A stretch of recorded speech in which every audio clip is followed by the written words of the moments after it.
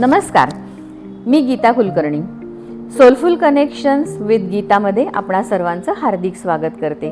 सगळ्यात पहिली आणि खूप महत्त्वाची गोष्ट आज मला तुमच्याबरोबर शेअर करायची आहे की आज आपल्या चॅनलला 1000 सबस्क्रायबर मिळालेले आहेत. तुमच्या सगळ्यांचे खूप मनापासून धन्यवाद. असंच चॅनलला लाईक करत जा, सबस्क्राईब करत जा, म्हणजे आपलं सोलफुल कनेक्शन्स अजून स्ट्रॉंग व्हायला, आपला बॉन्ड अजून जास्ती छान क्रिएट व्हायला मदत होणार आहे. तर सगळ्यांचे पुन्हा एकदा मनापासून खूप खूप धन्यवाद. अमृत मंथनाची गोष्ट तुम्हाला सगळ्यांना माहितीच आहे. विष्णू भगवान जेव्हा मोहिनी रूपामध्ये अमृतपान करवत होते देवांना, अशा वेळेला राक्षस नाचगाण्यांच्या मैफिलीत रंगलेले होते. अशा वेळेला एक धूर्त राक्षस त्यांच्यामध्ये होता, राहू केतू नावाचा. ह्या धूर्त राक्षसाच्या लक्षात आलं की मोहिनी रूपामध्ये विष्णू भगवान देवांना अमृत पाजत आहेत.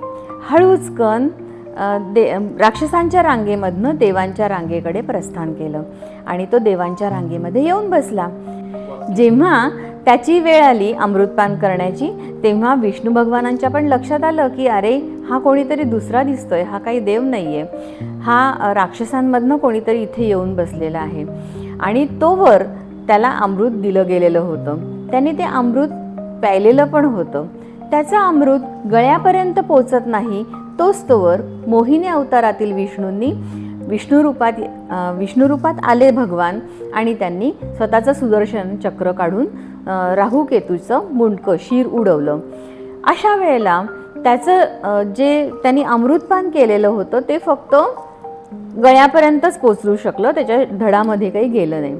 पण त्याच्या वरचा जो भाग होता, म्हणजे शिराचा जो भाग होता, त्याला त्यानंतर राहू असं म्हणण्यात येतं आणि धडाचा जो भाग होता त्याला केतू असं म्हणण्यात येतं. आता ही जी गोष्ट मी तुम्हाला सांगितली ती गोष्ट मूलांक 4शी निगडीत आहे. मूलांक 4 हा राहूच्या आधिपत्याखाली येतो. राहू म्हणजे खूप धूर्तपणा, राहू म्हणजे खूप ॲक्टिव्हनेस, राहू म्हणजे खूप मेहनत. जेव्हा राहूचे मित्र नृत्य आणि मद्यपानात व्यग्र होते, अशा वेळेला राहूनी मात्र धूर्तपणाने देवांच्या रांगेत बसण्यासाठी स्थान मिळवलं, हो की नाही? म्हणजेच काय तर मूलांक 4 ही अतिशय धूर्त असतात आणि ह्याचबरोबर अतिशय कडक मेहनती असतात. आणि हे लोक कुणाचीही कॉपी करत नाहीत बरं का. ह्यांचं स्वतःचं असं एक डोकं असतं आणि त्या डोक्याने चालणारी लोक ही मूलांक 4च्या आधिपत्याखाली येतात.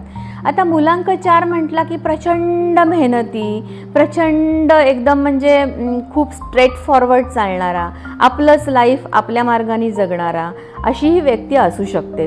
आत्ता मी जी तुम्हाला गोष्ट सांगितली की नाही, ती ह्या पुढेही खूप इंटरेस्टिंग होत जाणार आहे आणि राहू केतूच्या ह्या गोष्टीतूनच तुम्हाला मूलांक 4 उलगडत जाणार आहे. म्हणून हा एपिसोड शेवटपर्यंत बघायला अजिबात विसरू नका आणि मूलांक 4 वाल्यांशी शेअर करायलाही विसरू नका. मूलांक 4 वाल्यांचे विचार म्हणजे जिथे समोरच्याचे विचार थांबतात, स्टॉप होतात, तिथून मूलांक 4 वाल्याचे विचार सुरू होतात. त्यामुळे हा खूप विचारी असा म्हणजे व्यक्ती असते ही. आणि तुम्हाला माहिती आहे का की राहू ह्यांना आता म्हणजे हा खरं शब्द वापरणं योग्य नाही, पण संधीसाधू लोकही असू शकतात. कारण ह्यांना बरोबर माहिती असतं की आपल्या अवतीभोवती काय चाललेलं आहे. ह्यांची हे जरी बोलले नाही तरी त्यांची नजर मात्र चौफेर फिरत असते आणि बरोबर त्यांना माहिती असतं की आपल्या अवतीभोवती काय चाललेलं असतं आणि त्याचा ही लोक त्या संधीचा फायदा उठवण्यास चुकत नाहीत. म्हणजेच काय मित्रांनो, जिथे इतरांची थॉट प्रोसेस थांबते तिथून मूलांक 4 वाल्यांची थॉट प्रोसेस सुरू होते, हो की नाही? त्या कारणाने काय होतं की समोरची व्यक्ती मूलांक 4 वाल्यांना समजून घ्यायला कमी पडते आणि अशा वेळेला म्हणजेच राहूकडे डोकं आहे आणि हे डोकं व्यवस्थितपणे वेळेला वापरायला ही लोक अजिबात विसरत नाहीत आणि त्यामुळे ही लोक 4 लोकांमध्ये एकदम वेगळी उठून दिसतात. तुम्ही कधीही बघा, 4 नंबर मूलांकवाला समोरून आपल्या जर येत असेल तर आपल्याला नेहमी पटकन लक्षात येतं की ही काहीतरी वेगळी व्यक्ती आहे. म्हणजे त्याचं चालणं, बोलणं, रुबाबदार, ऐट एकदम अशी वेगळ्या प्रकारची असते आणि लोकांना अट्रॅक्ट करून घेतात ही लोक. पण त्यांनी तोंड उघडलं की सगळं काही संपतं. कारण स्पष्ट वक्तेपणा हा त्यांचा खूप मोठा गुण आहे. स्पष्ट बोलण्याची सवय असल्यामुळे ह्यांना खूप कधी वाईट प्रसंगांना सामोरं जावं लागतं. विष्णुदेवांनी राहूला विचारलं की राहू, तू हे असं का बरं केलंस? धूर्तपणाने देवांच्या रोमध्ये तू येऊन बसलास आणि तिथे अमृतपानही केलंस, पण असं तू करायला नको होतंस. तर अशा वेळेला राहूनी त्यांच्याशी आर्ग्युमेंट केली. त्यांनी विचारलं राहूनी की देवांनो, मदत तर तुम्ही सगळ्यांची घेतलीत, राक्षसांचीही घेतलीत आणि देवांचीही घेतलीत, मग अमृत फक्त देवांनाच का? अशी आर्ग्युमेंट राहूनी विष्णूंबरोबर केल्यामुळे ही लोक खूप आर्ग्युमेंटल असतात. ही आर्ग्युमेंट्स समोरच्याला पटत नाहीत, त्यांच्या विचारात बसत नाहीत, म्हणून ह्यांचा फ्रेंड सर्कल खूप छोट्या प्रमाणात असतं. त्यांना त्याचं काही वाटत नसतं की माझे 2च मित्र आहेत, पण माझे ते 2 मित्र खूप, त्यांच्याशी माझं बॉन्डिंग स्ट्रॉंग आहे, त्यांच्याशी माझं चांगलं जमतं आणि त्यामुळे त्यांना अजिबात त्याचं काहीही फील नसतं. 2 मित्रसुद्धा त्यांना चालतात, पण ते चांगले असावे लागतात. ह्यांचा अजून एक गुण म्हणजे की ह्यांनी जर मैत्री केली ना तर ते शेवटपर्यंत निभावतात. मग त्याच्यामध्ये तुमच्या आयुष्यात म्हणजे मित्राच्या आयुष्यात अप्स अँड डाऊन्स कितीही येवोत, त्याला ते घाबरत नाहीत, त्याची साथ कधीही सोडत नाहीत. हा त्याचा एक विशिष्ट गुण असतो.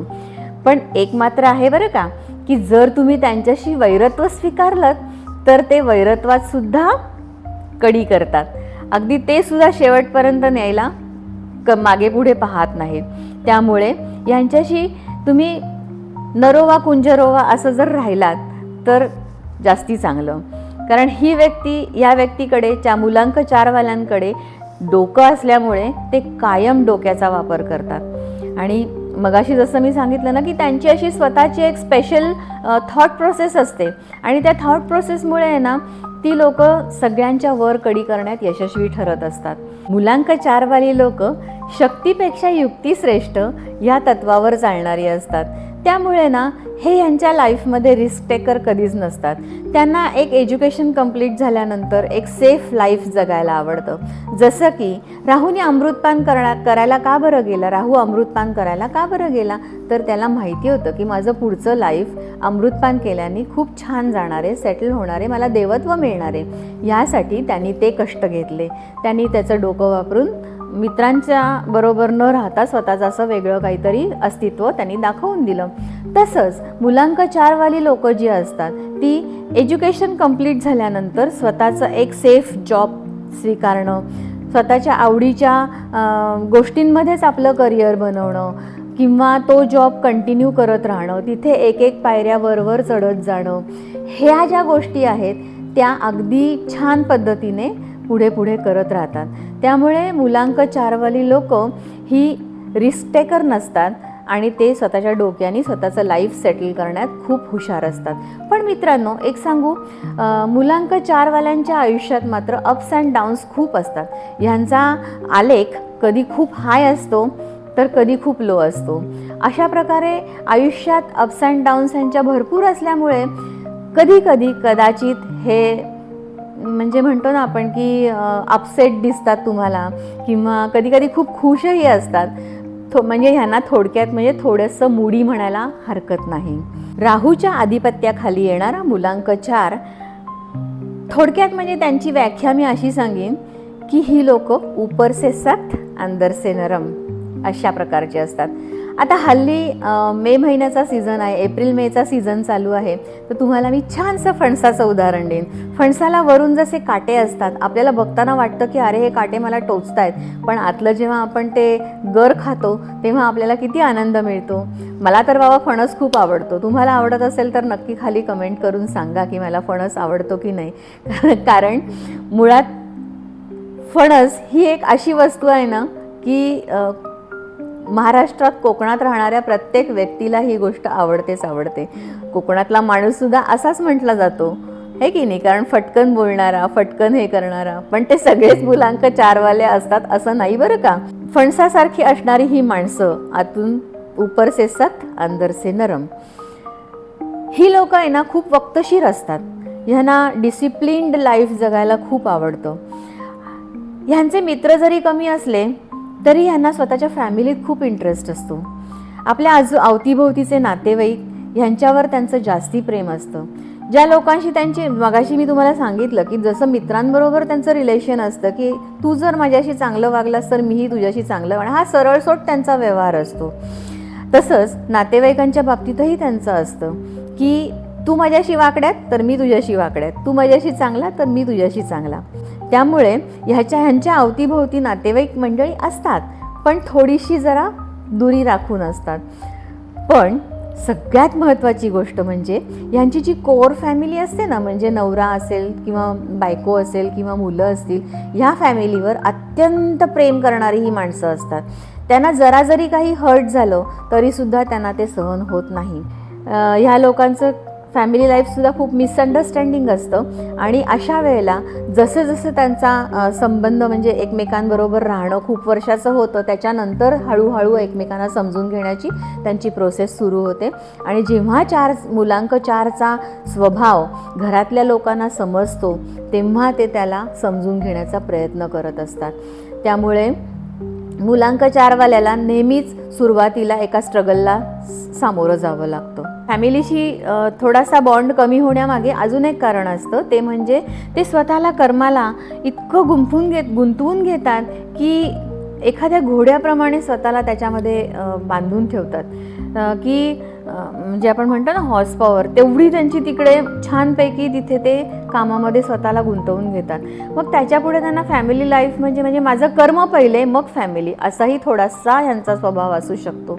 त्यामुळे फॅमिलीत मिसअंडरस्टँडिंग होण्याची खूप मोठी शक्यता असते. ह्यांचं तर कुठल्या मुलांकाशी पटतं तर 1, 6 आणि 7 ह्या 3 नंबरशी ह्यांचं खूप छान पटतं. हे लोक जर ह्यांचे पार्टनर असतील म्हणजे कुठल्याही प्रकारे असो, घरात तुमचा नवरा किंवा बायको असो किंवा एखादा बिझनेस पार्टनरसुद्धा असू शकतो किंवा एखादा मित्र असू शकतो, मैत्रीण असू शकते किंवा एखादी तुमच्या घरातली मुलं असू शकतात, कुणीही असू शकतं. पण 1, 6 आणि 7 हे जर तुमचे मुलांक असतील तुमच्या समोरच्या व्यक्तीचे तर तुमचं त्यांच्याशी खूप छान बॉन्ड जुळून येतो. आता कुठल्या नंबरशी तुमचा बॉन्ड जुळत नाही तर 4 आणि 8 ह्याच्याशी तुमचा जुळत नाही. का तर 4 हा मुलांक सेम टू सेम स्वभाव, सेम टू सेम आहे, त्यामुळे अंडरस्टँडिंग खूप कमी राहतं यांच्यामध्ये. त्यामुळे 4 नंबरशी कधीही जुळवायला जाऊ नका. 8 नंबर तर काय शनिप्रधान आहे, त्यामुळे 8 नंबरशी म्हणजे सतत त्यांच्या मागे काही ना काही चालू असतं, कर्म आणि हे ते, त्यामुळे मग त्यांच्याशी सुद्धा तुमचं जुळून येणं खूप कठीण असतं. तुमचे लकी कलर हिरवा आणि पिवळा असे असतात. तुमचे जे लकी मंथ्स आहेत ते ऑगस्ट आणि एप्रिल असे 2 मंथ तुमचे लकी मंथ्स असतात. आता काही रेमेडीजकडे आपण वळूया. वर्षातले 12 महिने तुम्ही कर्माला जुंपलेले असता, पण त्यातले 2 महिने असे कुठले तरी खूप छान असतात की जिथे तुम्हाला खूप छान छान वाटतं. जसं मी मगाशी सांगितलं, तुमचा आलेख उंचावतो आणि खाली येतो.